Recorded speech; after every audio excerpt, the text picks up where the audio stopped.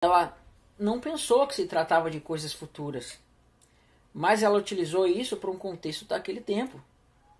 E naquele tempo a única mulher que você tinha era quem era Eva. Então, na cabeça da serpente, esse descendente era um filho dessa mulher. Então, depois a gente vai ver que essa mulher vai ter dois filhos, Caim e Abel, né? E aquele que vai se demonstrar justo é justamente Abel. Então, nós vamos entender isso aqui, né? A descendência escravizada, vou chamar essa parte do texto, né?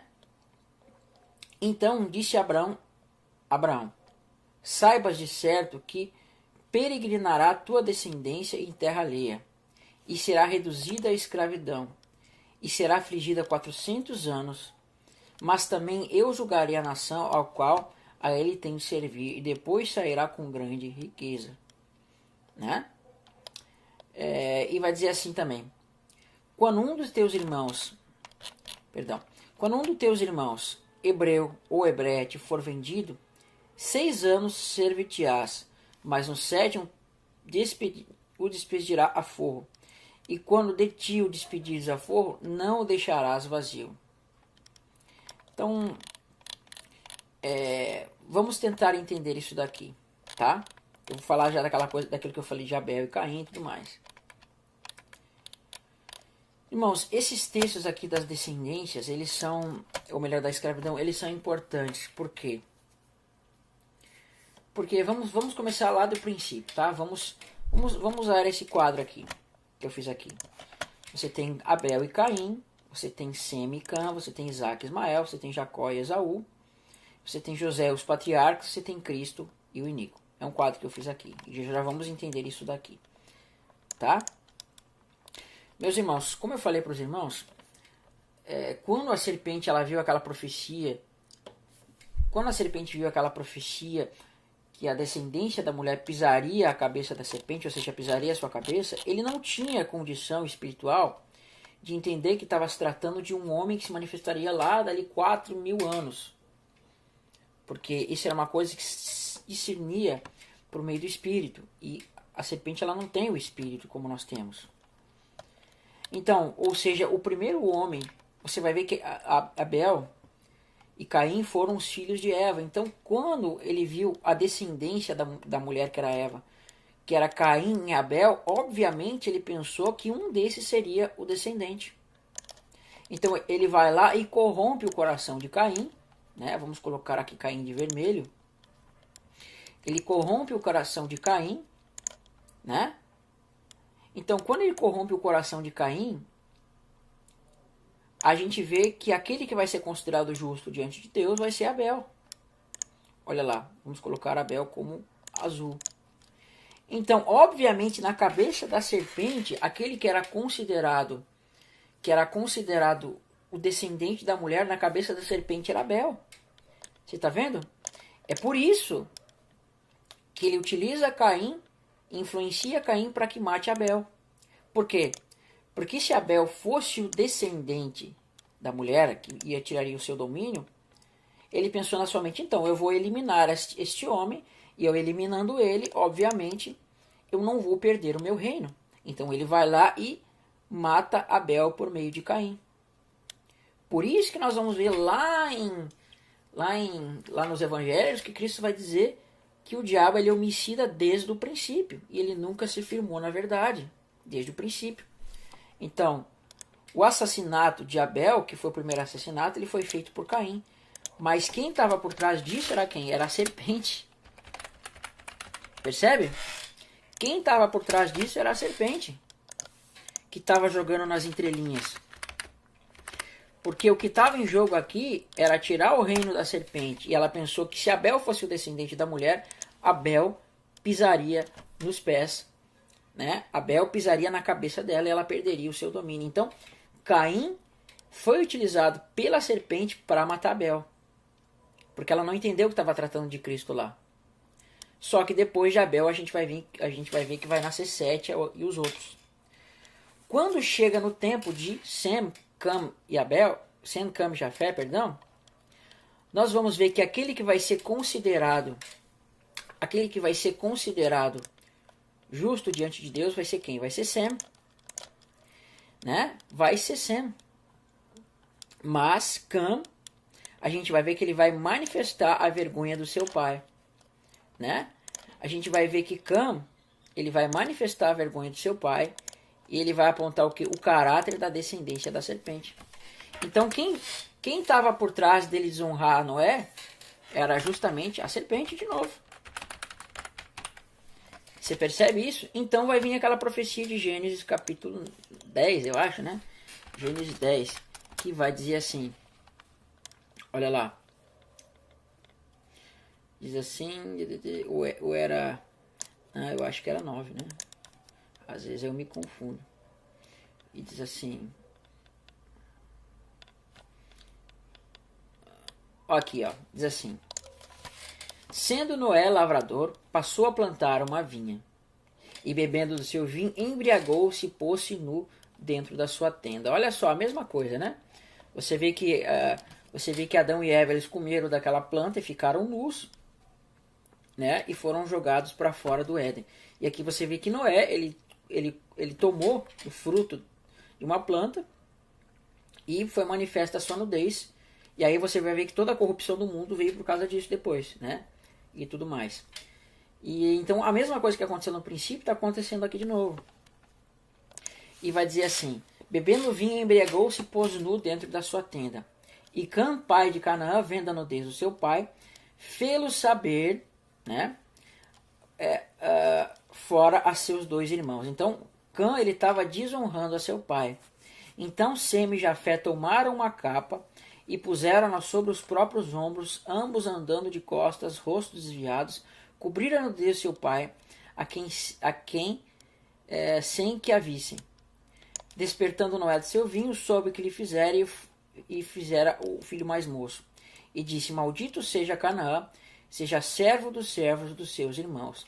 Então ajuntou e disse: bendito seja o Deus de Sem, e Canaã lhe seja servo. Engrandeça a Deus a Jafé, e habite ele nas tendas de Sem, e Canaã lhe seja servo. Então, olha só que legal. Nós vemos aqui que sobre Cã, que era pai de Canaã, foi uma maldição de servidão. E sobre Sem, você vai ver que vai vir um domínio sobre ele. Porque Sem ia dominar sobre a descendência de Cã. Então, o que a serpente vai pensar nisso daqui? Porque se ela destruiu Abel, ela matou Abel, e ainda assim Deus dá mais uma promessa para Sem, então ela começa a pensar que Sem é o descendente da mulher. Ou que por meio de Sem que vai vir a descendência da mulher. Então o que ele vai tratar de fazer? Ele entendeu que Cã era o amaldiçoado. Só que a promessa de domínio estava sobre Sem. Então o que ele trata de fazer? Olha só, lá em Gênesis 11. Gênesis 11 diz assim...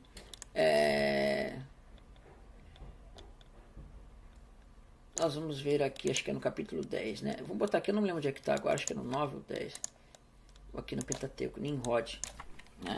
Nimrod. Olha lá. Diz assim: os filhos de Cã, Cuxi, Mitzraim, que é o Egito, Put e Canaã, os filhos de Cuxi, Seba, Havila, Sepdá, Ramá, Septeca, e os filhos de Ramá, Sabá e Dedã. Cuxi gerou a Nimrod, o qual começou a ser poderoso na terra, e foi valente caçador diante do Senhor.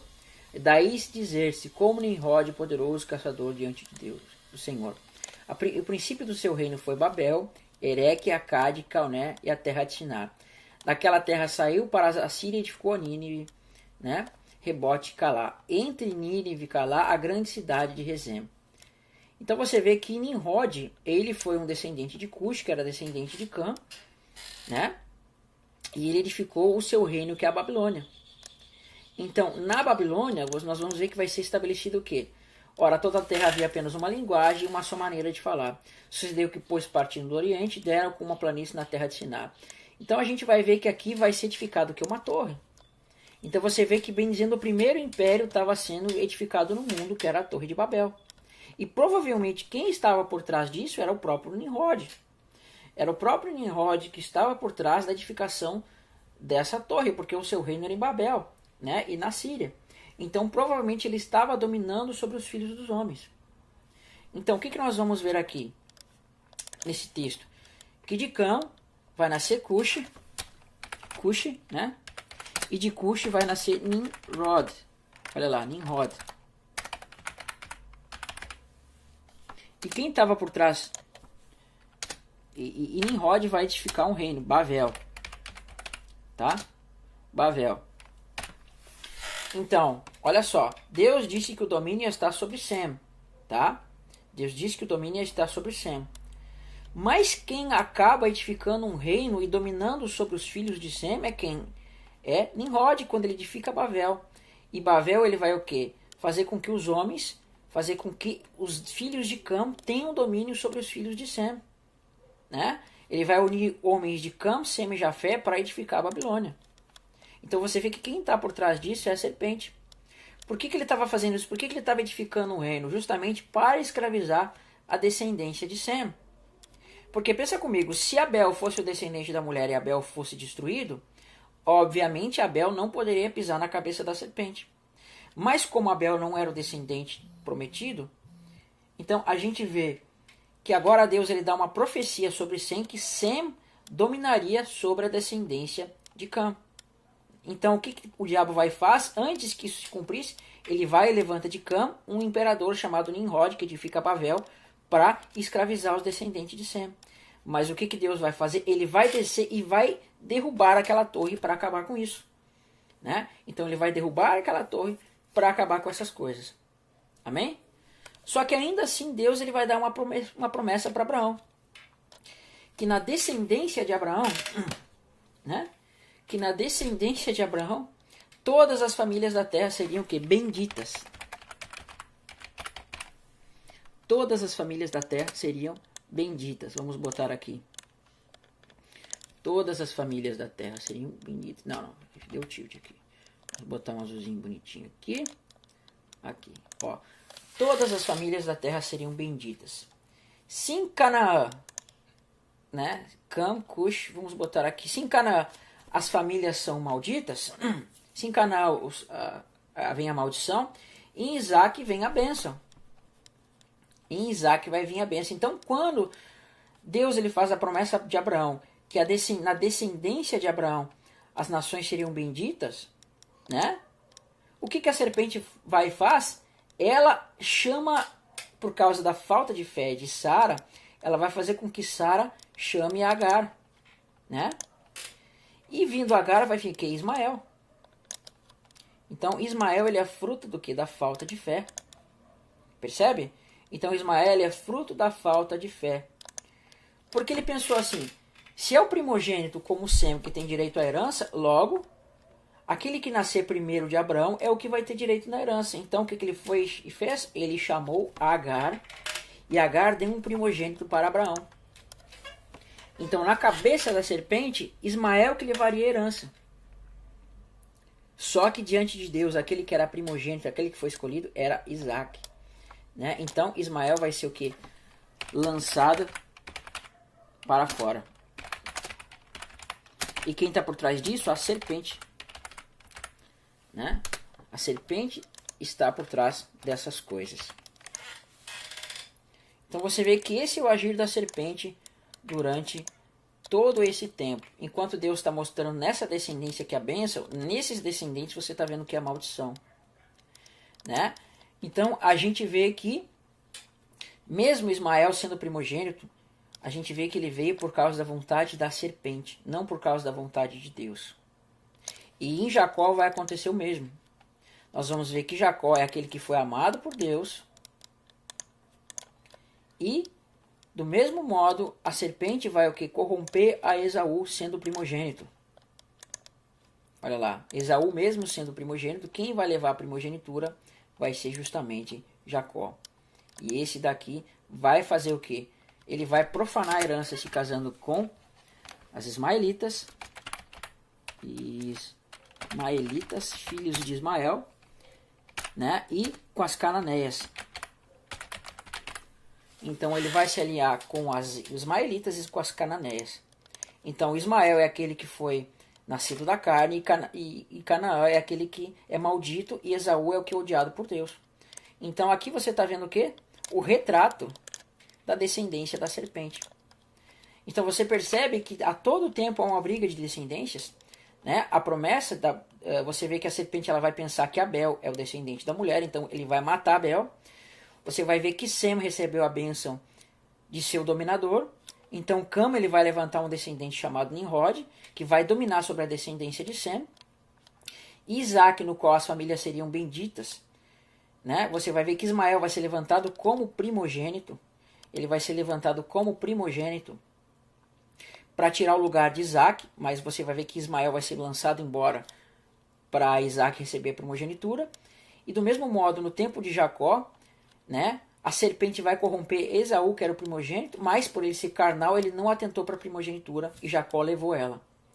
E a gente vai ver que no caso de José também, perdão, botei aqui vermelho, a gente vai ver que no caso de José também, né, a gente vai ver que no caso de José era aquele que era atento às coisas de Deus. Ele era o que estava levando sobre si a vontade, né, das coisas de Deus, e Deus dava sonho para eles em relação às coisas que aconteceriam.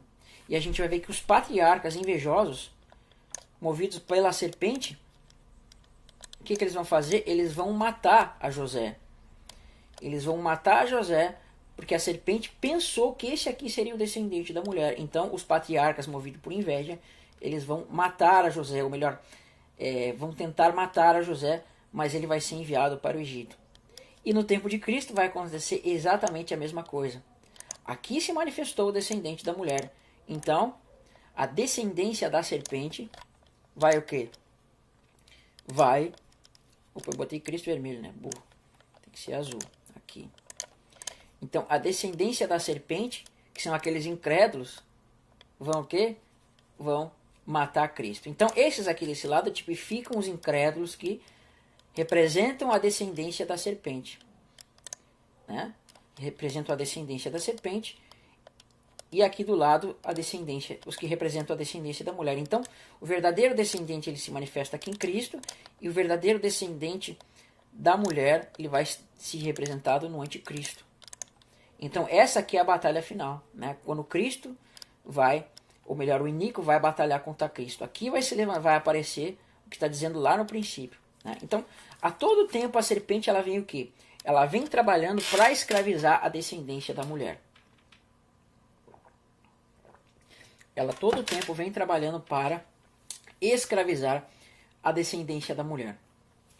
Então, como o diabo age? Vamos tentar falar aqui.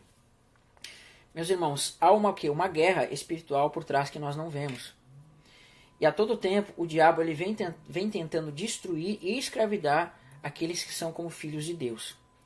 Porque por meio desses filhos de Deus é que o reino dela vai ser tirado.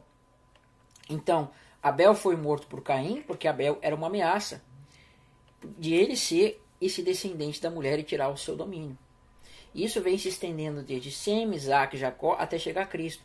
Cristo foi morto pelos incrédulos porque ele era o descendente. Mas quando ele foi morto, ele venceu a morte. Né? Aí que se cumpriu o plano de Deus. E agora ele vai vir para tomar posse desse reino. Amém? Então, o que isso tem a ver com os jubileus, meus irmãos? Isso tem a ver que quando Deus fala dos jubileus lá, Deus está mostrando quando os filhos de Deus sairiam da escravidão do reino desse mundo e passariam o descanso, né? Eles passariam para o descanso do reino de Deus. Então, quando se cumpria o ano dos jubileus e os homens eram tirados da escravidão, assim também quando se cumpriu o verdadeiro jubileus, que é a volta de Cristo, né? A descendência da serpente não vai mais escravizar a descendência da mulher que somos nós no corpo de Cristo. Da mesma forma que Cristo ressuscitou e venceu a morte, nós vamos vencer a morte com ele, e vencendo a morte, nós não vamos mais estar sob a autoridade do domínio desse mundo, ok? Desse diabo que domina sobre os filhos dos homens. Ele já não domina mais a nossa mente, mas ele domina as nossas vidas, por nós temos que trabalhar edificando as coisas desse mundo. Amém? Então, quando começa esse processo dessa profecia de mostrar essa liberdade dos filhos de Deus? Começa mais ou menos lá em Gênesis, né? Nós vimos já, claro, que lá em Gênesis, nos primeiros capítulos, mas agora nós estamos vendo aqui também que ele vai começar a mostrar isso em Abraão. Que diz aqui: descendência escravizada. Gênesis, capítulo 15, do verso 13 ao verso 14. Então disse Abraão, saibas de certo, disse Abraão, Deus falando, saiba de certo, que peregrina será a tua descendência em terra alheia, e será reduzida à escravidão, e será afligida por 400 anos. Olha essa expressão, 400 anos. Mas também eu julgarei a nação que ela tem de servir, e depois sairá com grande riqueza. Meus irmãos, eu não botei o texto na tela, né? Está aqui, ó, Gênesis 15, versos 13 a 14. Então disse Deus a Abraão, saiba de certo que peregrina será a tua descendência em terra alheia, e será reduzida à escravidão, e será afligida por 400 anos.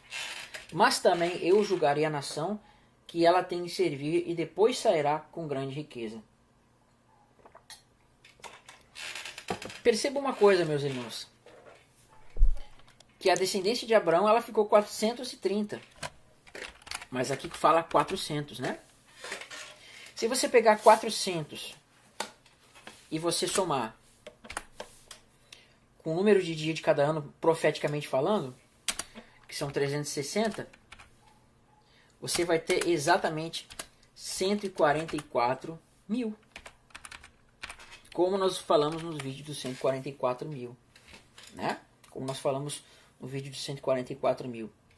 Então nós vamos ver que depois de 400 anos, que dá 144 mil dias profeticamente falando, o povo sairia de lá com grande riqueza, né? E Deus vai julgar a nação que ela tem de servir. Só que quando nós olhamos com calma na Escritura, nós percebemos que não foram 400 anos, mas foram 430. E geralmente quando a Escritura, entre aspas, se contradiz, geralmente ela se contradiz, ou duas coisas, ou nós entendemos o contexto errado, ou simplesmente Deus ele está botando pega-ratões para nós. Para quê? Para que nós possamos compreender coisas que tratam de outros contextos, ou Deus está mostrando por meio desse contexto coisas que vão revelar o futuro. Por exemplo, lá em Jeremias 25, nós vamos ver que diz assim, que quando se completar os 70 anos, então o povo de Deus vai ser liberto da escravidão e Deus vai julgar as nações. E ele vai derramar o cálice da sua ira sobre as nações e elas vão se tornar desolação.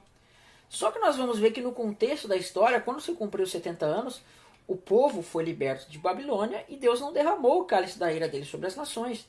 Pelo contrário, as nações passaram a ir para a liberdade, né? As nações voltaram cada um para sua terra.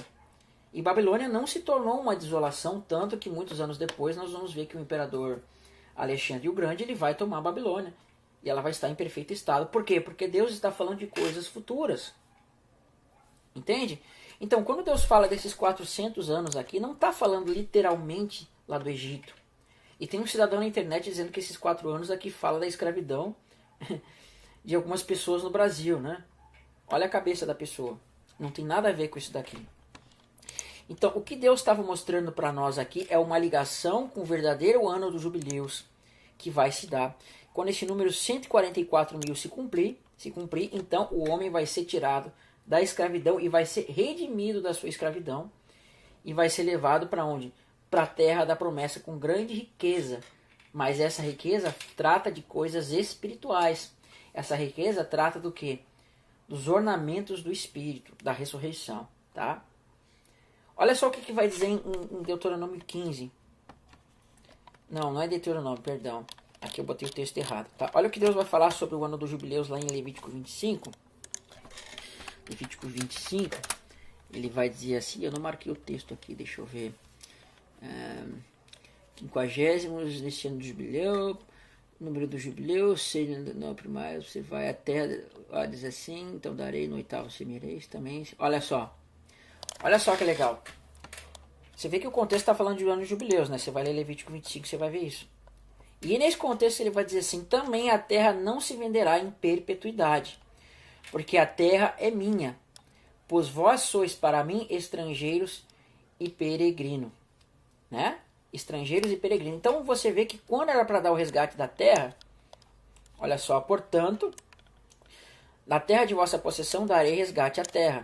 Olha lá. E quando era esse resgate? Deu tilt aqui. E quando esse resgate? Era justamente no ano dos jubileus. Então Deus mandava dar resgate na terra, por quê? Porque a terra era de Deus. Então quando chegava o ano 50, eles tinham que resgatar a terra para o seu primeiro dono, né? E esse povo era considerado para Deus como peregrinos e estrangeiros nessa terra. E no ano de jubileus tinha que ser dado o quê? O resgate dessa terra para o seu dono original. E olha o que Deus fala aqui, lá como a gente estava vendo. Olha lá. Então disse Abraão, saibais de certo que peregrina será a tua descendência em terra alheia, e será reduzida à escravidão, e será afligida por 400 anos, mas também eu julgarei a nação ao qual ela tem de servir, pois sairá com grande riqueza. E será a tua descendência em terra alheia, será reduzida à escravidão. Olha lá, aqui ó. Peregrina será a tua descendência em terra alheia e será reduzida à escravidão. Você percebe que o mesmo texto lá que fala que a descendência, que o povo seria peregrino em terra estrangeira, está aparecendo aqui, né? E que depois, que quando se completasse esses 400 anos, ela tornaria para cá com grande riqueza. Por quê? Porque eles vão tornar para a sua herança. Eles vão voltar para a terra da sua herança com grande riqueza. E o que essa grande riqueza significa? Olha lá em Deuteronômio 15, verso 12 a verso 13. Quando um dos teus irmãos, hebreu ou hebreia, te for vendido, olha só, né? Consegue ver a relação que nós somos vendidos pelo pecado? 6 anos te servirá, mas no 7º o despedirá a forro, né? E quando de ti o despedires de forro, não o deixará ir vazio. Então é exatamente o que você está vendo em Gênesis 15. O povo foi escravidado, né? A tua descendência será peregrina, e a tua descendência será escravizada em terra alheia, né? Reduzida à escravidão. Por 400 anos eles vão ser escravos. Então Deus vai julgar a nação e depois ele sairá com grande riqueza. Então, assim como o povo aqui depois dos 400 anos saía com grande riqueza, assim também o escravo hebreu, quando era libertado no 7º ano da escravidão, ele não saía vazio, mas ele saía com algumas coisas que ele ganhava, né? Para que ele não saísse vazio. Então, do mesmo modo, a gente vê aqui que para Deus, nós no dia de hoje somos como peregrinos nessa terra. Por quê? Porque essa terra ele pertence ao diabo, ela no sentido de que ele domina sobre ela. Mas quando se cumprir o tempo do nosso resgate, né, nós vamos para a nossa herança e nós não vamos voltar vazio, como diz o texto, mas nós vamos voltar com grande riqueza. Isso vai se dar quando? No verdadeiro jubileus. Então, Deus ele vai resgatar a sua propriedade, porque diz assim, olha que tremendo. Também a terra não se venderá por perpetuidade, porque a terra é minha, pois vós sois para mim estrangeiros e peregrinos. Essa terra é do Senhor, meus irmãos. A terra pertence a Deus. Contudo, por um tempo, durante 6.000 anos, ela foi entregue para quem? Sobre a autoridade do diabo, tá? Durante 6.000 anos. Olha lá. Contudo, quando esse tempo se cumprir, nós vamos ver que Deus vai dar resgate na terra e a terra vai voltar para o primeiro dono, que é Deus. Então, assim como na lei, quando você tinha um ano dos jubileus, a terra voltava para o seu primeiro dono, nós vamos ver que no verdadeiro jubileus a terra vai tornar para Deus, né? E nós vamos tornar para a nossa herança, ok? Então, a terra vai receber esse resgate. Isso a gente vai ver daqui um pouquinho mais nos próximos textos. Então, por isso que diz assim, né? Que vai haver resgate na terra e as pessoas vão sair da escravidão. Porque hoje, nesses dias de hoje, a descendência da serpente ela está dominando sobre os filhos de Deus, né? Esse mundo ele é dominado pelos os iníquos, vamos dizer assim, pelas pessoas que não são crentes, pelas pessoas que não são da palavra. Eles dominam sobre nós. Nós temos que trabalhar nesse mundo para edificar esse mundo. Mas quando se completar o verdadeiro ano dos jubileus, essa situação vai inverter, né? Ou seja, os santos eles vão herdar a terra. Por quê? Porque Deus ele vai redimir o seu povo e ele vai trazer o que? Resgate para a terra, onde ele vai tomar posse da terra novamente como o primeiro dono da terra, e ele vai trazer aqueles que têm parte nessa herança. E eles vão passar a ter o que? Domínio sobre essa terra. Então, isso aqui vai ser desfeito, mas hoje essas pessoas, elas estão dominando sobre os filhos de Deus. Ok? Então, o que nós entendemos desses textos aqui? Deus previu a escravidão da descendência da mulher, falando como um todo os descendentes, os filhos de Deus, né? Escravizados por meio da descendência da serpente, né? E nós vemos essa batalha de descendências. E já estava previsto o tempo de escravidão, que era se completar os 7 anos, ou seja, falando de 7.000 anos.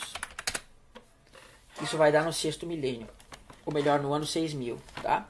Que é no ano 6.000, que são 7.000 anos.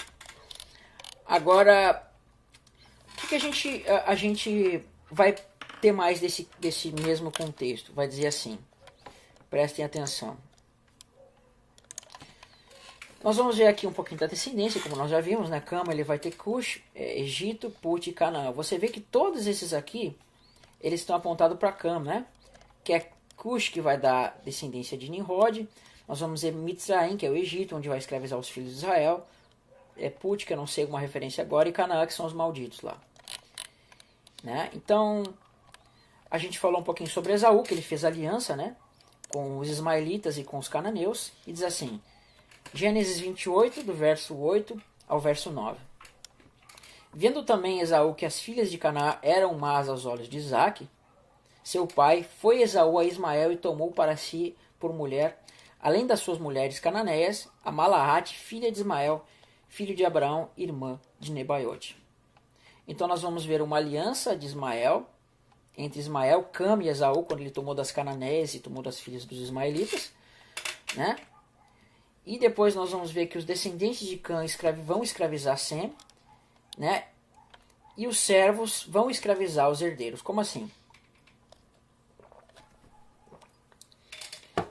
Isso aqui nós já lemos, que fala de Gênesis 9, onde Canaã vai ser maldito e vai ser servo de Sem. Vamos tentar entender alguma coisa aqui. Isso aqui a gente falou mais ali, eu não vou falar muito, tá? Mas nós temos que entender o seguinte, de Ismael. Preste atenção. Nós temos que entender que aqui, que Esaú, tá? Ele vai fazer uma aliança com Ismael. Ele vai fazer uma aliança com Ismael, então ele vai ter, além das mulheres cananeias, deixa eu marcar aqui as cananeias, vamos marcar de vermelho, ele vai ter o que? Malaate, filha de Ismael. Tá aqui. Vamos botar vermelho também. Olha lá. Ele vai fazer uma aliança com as mulheres cananeias. E além disso, ele vai tomar por mulher Malaate, filha de Ismael. Então ele vai se associar, né? Vai haver uma aliança entre Ismael, Cam e Esaú. Então Esaú, ele é como se fosse a ponte entre Ismael e Canaã. Ele é como se fosse a ponte, porque Esaú, ele casa com as cananeias e com as ismaelitas. Então há uma ponte. Você vê que Ismael é o nascido da carne, ele vai dar uma filha para Esaú, que é aquele que é odiado por Deus, e ele vai casar com as cananeias, que é aquela que está apontando para o povo que foi maldito. E nós vamos entender que os descendentes de Cã, eles vão escravizar os descendentes de Sem, quando eles se unem com os filhos de Esaú, né? Então, os servos, que são considerados servos, aqui, que são os descendentes de Esaú e os descendentes de Ismael, eles vão escravizar os herdeiros. Olha como a situação ela está invertendo aqui. Né? Porque a Bíblia sempre vai dizer assim, ó. Nós vamos ver que primeiro vai nascer, no contexto de Isaac, vai nascer Jacó e Esaú. E Deus vai dizer que aquele que veio primeiro, ele vai ser servo daquele que vem depois. Ou seja, Esaú, o povo de Esaú vai ser servo de Jacó, né? Só que a gente vê que vai acontecer o contrário. E a gente vai ver que, por exemplo, os descendentes de Cã, eles deveriam ser servos dos descendentes de Sem, mas a gente vai ver que justamente o contrário vai acontecer. Porque os descendentes de Cã, que são os egípcios, eles vão dominar sobre os descendentes de Jacó, que são as 12 tribos. Então isso sempre inverte. Sempre está invertendo. E o mesmo vai acontecer aqui. Tá? Isso aqui de Canaã nós já lemos. Então vamos lá. Em Gênesis 17, verso 20, vai dizer o seguinte: quando Ismael, eu te abençoarei, eu abençoarei e farei fecundo, e o multiplicarei extraordinariamente, e ele gerará 12 príncipes, e dele farei uma grande nação. Então olha que legal, Abraão, né? Ele vai ter Ismael, esses gráficos são do pastor Felipe, tá? Ele vai ter Ismael, e Ismael vai ter 12 príncipes. E esses 12 príncipes, eles vão dominar por toda essa região aqui. Tá? Eles vão estar aqui presentes em toda essa região, um pouco para cá, um pouco mais para lá, Iraque aqui também, um pouco mais. Toda essa região da Arábia aqui, né? Então a gente vai ver que os descendentes de Cã, por exemplo, são do Egito. E Ismael é egípcio, junto com Agar e tudo mais. Então tá tudo ligado aqui, né? Tudo está ligado aqui. Então, o que acontece? Esses 12 príncipes, eles vão estar aqui, sobre essa região. Eles vão estar dominando sobre aqui. Eles vão formar nações que vão estar dominando sobre esse território. E além disso, esses 12 príncipes de Ismael, eles vão se alinhar com quem? Com Esaú. Porque Esaú vai tomar de uma das filhas de Ismael. Então você vê uma união entre Esaú e uma união entre Ismael. Então esses povos, essas uniões, elas vão estar tudo nesse lugar aqui, né? Então até hoje aqui, tudo isso aqui faz parte do povo de Edom e do povo árabe. Há uma mistura aqui, né? Tanto que a expressão árabe significa mistura. Então eles estão tudo misturado ali.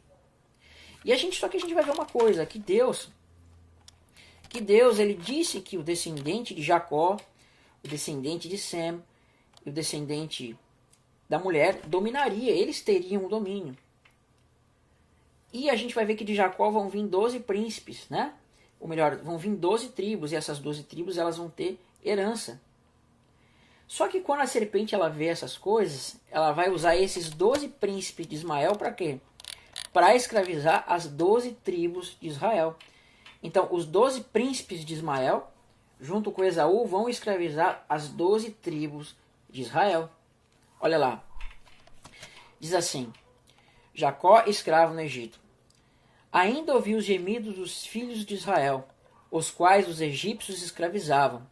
E me lembrei da minha aliança, portanto, diz aos filhos de Israel: eu sou o Senhor, e vos tirarei, né, debaixo das cargas do Egito, e vos livrarei da servidão, e vos resgatarei com o braço estendido. Né? Braço estendido à cruz, né? E com grandes manifestações de julgamento. Então, aonde eles foram escravizados? No Egito. E como eu falei, esses 12 príncipes, eles dominavam por tudo aqui. Tanto que a gente vai ver que deixa eu ver se eu botei aqui, acho que eu não coloquei, né? Nós vamos ver que quem vai levar Jacó para o Egito, ou melhor, José para o Egito, justamente vai ser o quê? Os ismaelitas que vão levar eles até o Egito. Então a gente entende que os ismaelitas, os edomitas e tudo mais, eles faziam parte desse território. E agora o que eles vão fazer? Eles vão escravizar as 12 tribos de Israel. Amém? Eu vou dar uma pausa aqui, nós estamos em 41 minutos e daqui a pouco eu faço mais o restante das partes, ok?